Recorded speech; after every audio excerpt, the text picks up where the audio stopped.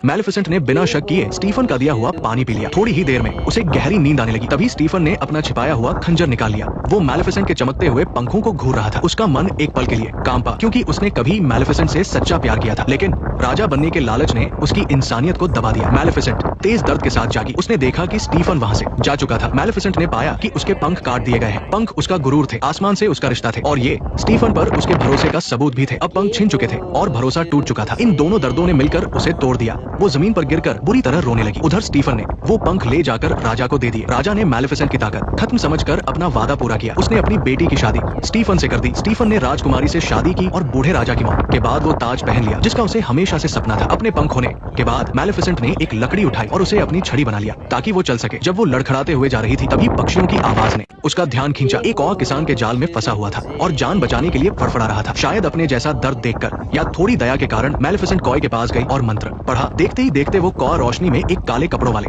इंसान में बदल गया। अपनी जान बचाने के लिए कॉय मैलेफिसेंट का एहसानमंद था। उसने कसम खाई कि अब से वो मैलेफिसेंट के पंख बनेगा। उसका नाम दियावल रखा गया और वो मैलेफिसेंट का सबसे वफादार साथी बन गया। मैलेफिसेंट ने दियावल को पहला काम सौंपा कि वो महल पर नजर रखे और पता लगाए कि स्टीफन इतना बेरहम क्यों हो गया। उधर स्टीफन राजा बन चुका था और शादीशुदा था। मैलेफिसेंट कॉय की बात सुन रही थी। सच्चाई जानकर उसका दिल नफरत से भर गया। पंख तो नहीं रहे, लेकिन बदले की आग उसके अंदर जलने लगी। मैलेफिसेंट के साथ साथ वो हरा भरा जादुई जंगल भी बदल गया। मैलेफिसेंट की नफरत की वजह से जंगल भी वीरान हो गया। एक दिन कॉय एक खबर लाया, राजा और रानी के यहाँ एक बेटी हुई है और जल्द ही एक बहुत बड़ा जश्न होने वाला है। एक बच्चे का स्वागत। कितना अच्छा है ना। समय बीता और जश्न का दिन आ गया। सभी लोग महल में जमा थे। जादुई जंगल की परियां भी राजकुमारी को आशीर्वाद देने आई थी, लेकिन तभी वहाँ एक बिन बुलाया मेहमान आया। मैलेफिसेंट वहाँ पहुँच गई। मैं बहुत दुखी हूँ कि मुझे दावत का न्योता नहीं मिला। स्टीफन के चेहरे पर डर और गुस्सा साफ दिख रहा था। स्टीफन गुस्से से अपनी राजगद्दी से उठ खड़ा हुआ। डर और गुस्से ने उसे पूरी तरह जकड़ लिया था, पर मैलेफिसेंट तो बस श्राप देकर वहाँ से चली गई। स्टीफन को सीधे सीधे खत्म कर देने के बजाय उसे अपने किसी अपने को दूर जाते हुए देखना उसे कहीं ज्यादा नाउम्मीदी और दर्द का एहसास कराता। ठीक वैसे ही जैसे मैलेफिसेंट को जागने पर अपने पंख कटे हुए देखकर हुआ था। मैलेफिसेंट के जाने के बाद राजा ने राज्य के सारे चरखे जला देने का हुक्म दिया। भड़कती आग की लपटों ने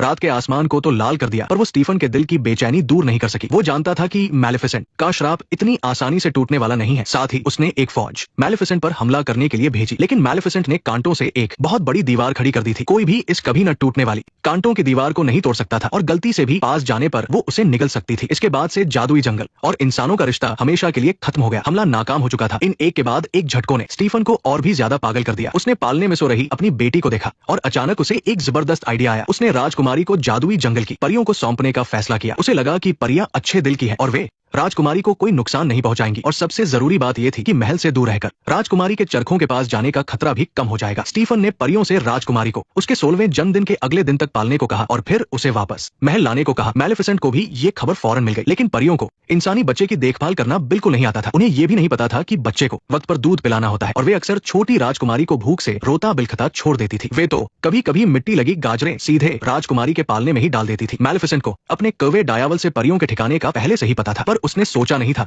कि सबसे पहले उसे राजकुमारी के दिन रात रोने की आवाज से परेशानी होगी। वह खिड़की के पास खड़ी होकर जानबूझकर छोटी राजकुमारी को डराती, लेकिन बच्ची उससे बिल्कुल नहीं डरती थी, बल्कि वो तो मैलेफिसेंट को देखकर खिलखिलाकर हंस देती थी। मैलेफिसेंट कभी खुद सामने नहीं आती थी। वो बस घनी झाड़ियों के पीछे छिपकर अपनी उन हरी चमकती आंखों से झोपड़ी में सो रही छोटी राजकुमारी ऑरोरा को देखती रहती थी। वो अपने वफादार कौवे डायावल से सुबह का सबसे ताजा फूलों का रस मंगवाती और चुपके से राजकुमारी के मुंह में डलवा देती। अपने दिल में आई इस नरमी को छिपाने के लिए वो जानबूझकर झोपड़ी की तरफ अपनी जादुई छड़ी घुमाकर अचानक से थोड़ी बारिश कर देती, ताकि परियों को इधर उधर भागते हुए देख सके। उन्हें परेशान देखकर मैलेफिसेंट के चेहरे पर भी लंबे समय बाद मुस्कान आ जाती थी। दूसरी तरफ मैलेफिसेंट के आगे अपनी बेबसी देखकर राजा और भी ज्यादा चिड़चिड़ा होता जा रहा था। बाहर वालों को लगता था कि स्टीफन का सारा गुस्सा अपनी बेटी की सुरक्षा की चिंता की वजह से है, कि वो एक ऐसा पिता है जो अपने बच्चे को बचाने के लिए एक बुरी डायन का सामना कर रहा है। पर सिर्फ स्टीफन ही जानता था कि उस गुस्से की असली वजह उसका गहरा डर था। उसे इस बात का डर नहीं था कि मैलेफिसेंट ऑरोरा को नुकसान पहुंचाएगी, बल्कि डर था कि उसे सालों पुराना धोखा याद आ जाएगा। ये वही था जिसने मैलेफिसेंट के भरोसे का फायदा उठाकर उसके बेखबर होते हुए अपने हाथों से उसके पंख काट दिए थे, ताकि उसे राजगद्दी मिल सके। वो अच्छी तरह जानता था कि उसके पास जो कुछ भी है वो सब एक गंदी सौदेबाजी का नतीजा है, और वो बिल्कुल नहीं चाहता था कि ये मुश्किल से मिली दौलत और शोहरत मैलेफिसेंट तबाह कर दे। वो पहले हमला करना चाहता था ताकि मैलेफिसेंट के उसे नुकसान पहुंचाने की कोई गुंजाइश ही न रहे। तभी उसके दिमाग में एक धुंधली याद आई। ये कई साल पहले की बात थी, जब वो पहली बार मैलेफिसेंट से मिला था, और तब मैलेफिसेंट एक अंगूठी से जल गई थी। धीरे धीरे एक शैतानी प्लान उसके दिमाग में बनने लगा। समय बीतता गया और छोटी राजकुमारी बड़ी होती गई। मैलेफिसेंट मुंह से तो राजकुमारी को नापसंद करने का दिखावा करती, लेकिन जब भी राजकुमारी किसी चट्टान से गिरने वाली होती तो वो अपने जादू से उसे हवा में ही संभाल लेती थी। इस समय मैलेफिसेंट के मन की उलझन और भी बढ़ गई थी। एक तरफ वो स्टीफन से नफरत करती थी, ऑरोरा उसी की बेटी थी, यानी उसके दुश्मन की बच्ची जिससे उसे बदला लेना था। वहीं दूसरी तरफ ऑरोरा की मासूमियत और प्यारेपन में उसे अपनी पुरानी झलक दिखाई देती थी, उसे बचाना चाहती थी। और छोटी राजकुमारी ने भी उस परी को देख लिया जो हमेशा अंधेरे में छिपी रहती थी। उसने न सिर्फ मैलेफिसेंट की कड़वी बातों को अनसुना कर दिया, बल्कि खुद आगे बढ़कर मैलेफिसेंट से उसे गले लगाने को कहा। लेकिन ऑरोरा की उन भरी हुई आंखों को देखकर जो भरोसे से चमक रही थी, वो आखिर में खुद को कठोर नहीं बना सकी। उसने बहुत सावधानी से अपने दोनों हाथ आगे बढ़ाए और बहुत ही नरमी से ऑरोरा को गोद में उठा लिया। उसकी गोद में वो छोटा सा नर्म शरीर था जिसमें से धूप और फूलों की खुशबू आ रही थी। उस पल मैलेफिसेंट के दिल का कोई सख्त कोना पूरी तरह से पिघल गया। एक ऐसा एहसास जो उसने पहले कभी महसूस नहीं किया था उसके दिल में पनपने और फैलने लगा। दुश्मन की बेटी होने से ज्यादा ऑरोरा उसके दिल में अपनी बेटी जैसी लगने लगी थी, जिसकी उसने पूरी लगन से हिफाजत की थी। वक्त बीतता गया और छोटी राजकुमारी बड़ी हो गई। उसके धूप की तरह चमकने वाले सुनहरे बाल थे और नदी की तरह साफ नीली आंखें थी।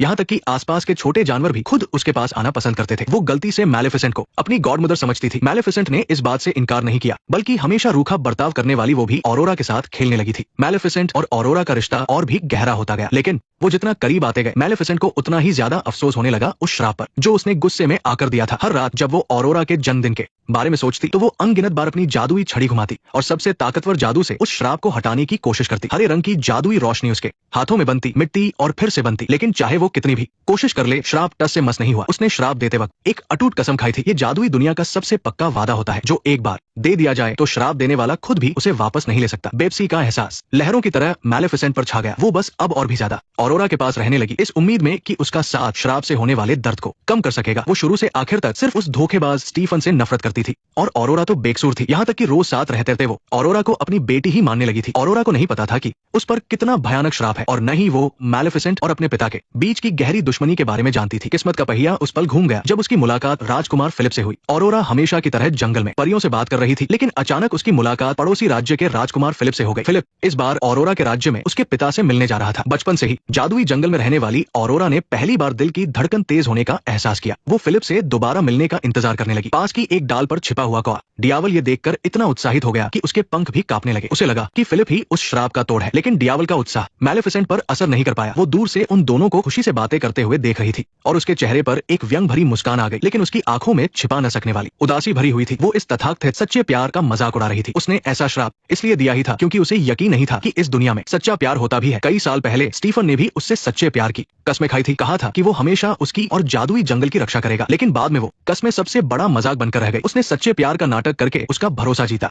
और फिर पलटकर उसके पंख काट दिए, जिसके बदले में उसे राजा की गद्दी और सबसे बड़ी ताकत मिली। मैलेफिसेंट की नजर में ये तथाकथित सच्चा प्यार इंसानों का अपने मतलब के लिए बनाया गया एक झूठ था। और दूसरी तरफ ऑरोरा खुशी खुशी अपनी झोपड़ी में लौटी, लेकिन वहां उसने तीनों परियों को आपस में झगड़ते हुए देखा। परियों की बातों से ऑरोरा को पता चला कि उसके माता पिता मरे नहीं है। वो असल में एक राज्य की राजकुमारी थी जिसे एक बुरी डायन ने श्राप दे दिया था, इसलिए उसे मजबूरी में जंगल में आकर बड़ा होना पड़ा। और ये बहुत ही बुरा श्राप उसी गॉडमदर ने दिया था जिसके साथ वो रोज रहती थी। ऑरोरा ने लाल आंखों से मैलेफिसेंट से सवाल किया। ऑरोरा की निराशा और दर्द से भरी आंखों का सामना करते हुए मैलेफिसेंट के पास कहने के लिए बहुत कुछ था। वो अपने शुरुआती बदले की भावना के बारे में बताना चाहती थी, इन बीते सालों के प्यार और देखभाल के बारे में बताना चाहती थी और उस भारी श्राप का सच बताना चाहती थी। नेक्स्ट पार्ट देखने के लिए वीडियो को लाइक करो।